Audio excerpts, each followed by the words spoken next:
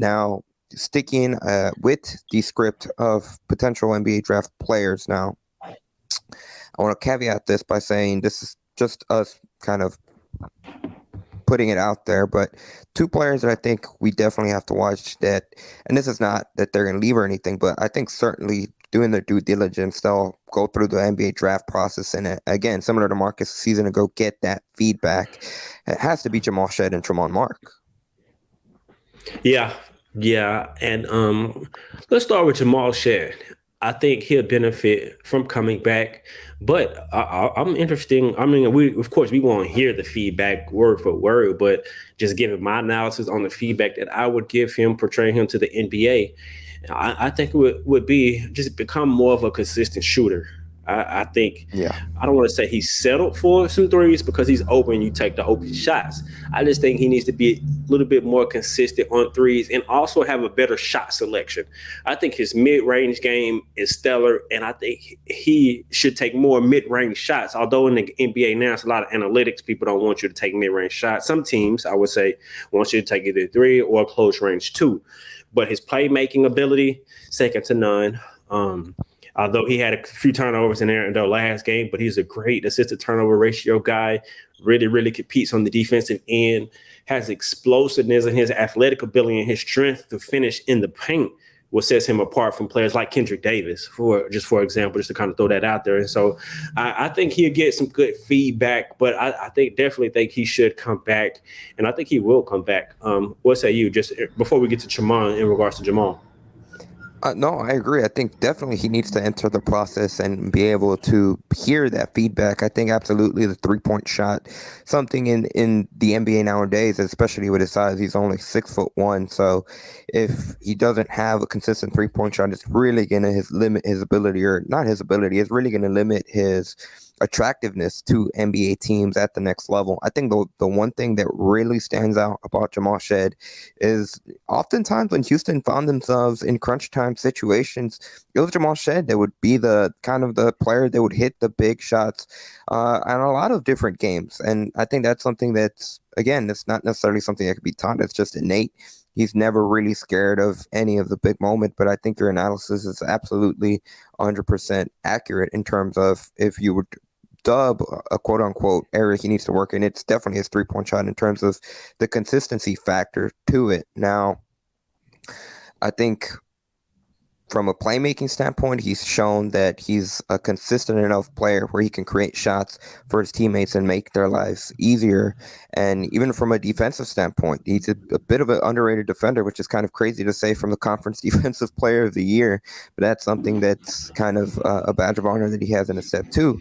But I think at the end of the day, for his size and just overall body type, if he isn't, I would say, if we put a number on it, I think he would probably consistently at least 35% or more for next season in terms of 3-point percentage for him to be a solid, attractive player to NBA teams.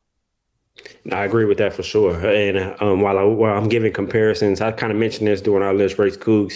It reminds me of players like Ty Lawson, short, strong player that can get downhill, ultimate quickness, and can still finish inside, can play, make, and knock down some threes. And so, like you said, just show more consistency from three, but as well as pick and choose his spots in regards to hitting his mid range. I think, like Chris Paul, I think he has that Chris Paul like mid range shot to come off pick and roll, and it can light you up from the mid range. And like you said, that clutch gene that he has, that's something you can't teach. Just players that were born with it. And he definitely has that in him. He relishes those big moments, and he steps up in those big moments. And he's a very, very smart player. I think he's a culture player, not just from Houston, but you get him in the NBA, I think he's going to come hard every day in practice. He's going to be a player that's going to just do all the right things from a player that you would want on a team. And just looking at his career numbers obviously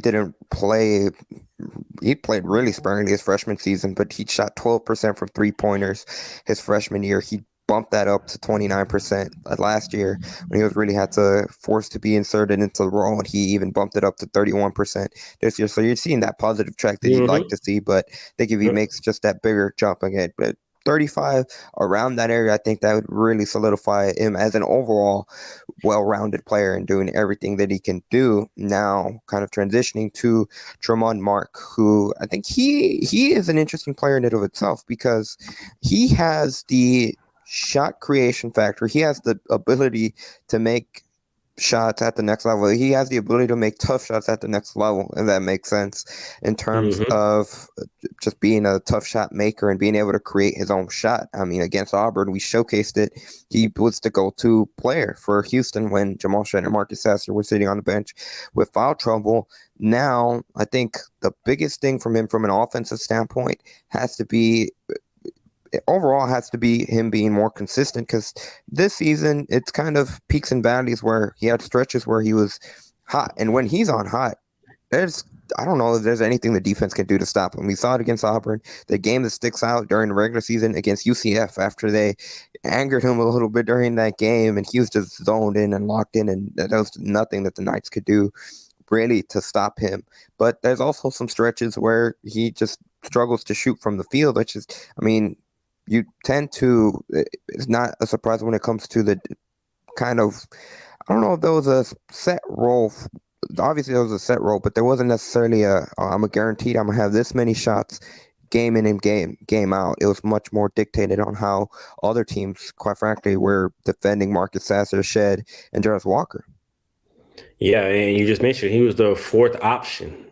And so I think he definitely should come back. And he only put on, I would say, a little display on what he is fully capable of. I'm such a huge Tramon Mark fan. I know what he's capable of. I've seen what he did at the high school level, and I've seen what he did at this level. And I know for sure that he could do that more consistently. And I think in that last game against Miami, when he has 8 quick points, you got to ride him. I think he's still hot from last game, and he's seeing the ball in the rim really well. I think you got to ride him. That's something Coach Sampson and they staff do really well. But throughout this entire season, in which Coach Sampson mentioned, he was really focusing on Tramon to be in his role and not to, quote unquote, be who he can be in regards to an offensive juggernaut. He wanted him to take good shots and not he wanted him to take in rhythm shots and just be in his role, open shots, and not really be as aggressive as he could be. And so I think just coming back another year, 2 years, I mean, he can really put the world on notice on what he can be, because you put the ball in his hands. Not only can he play make at a really good level through a pick and roll, he's a really good pick and roll player, and he sees the floor well. He can make plays.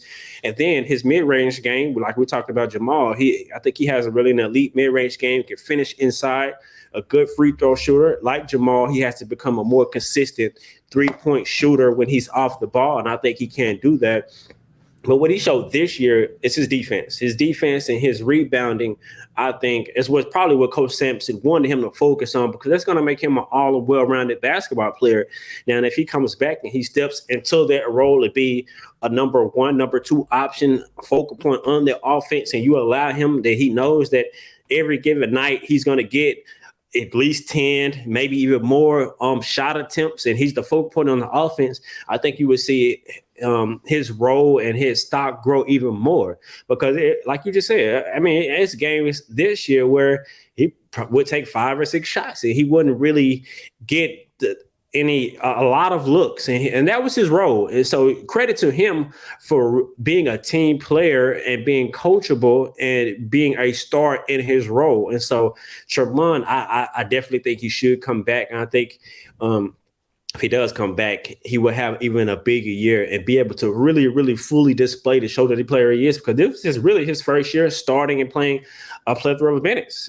His last year, of course, we know was dealt by injury. Freshman year, he came off the bench. And so I think next year with him, I mean, of course, well, we don't know, of course, I can't say that, but I'll assume that he'll be a focal point of Houston's offense, and he would really be able to display his offensive arsenal.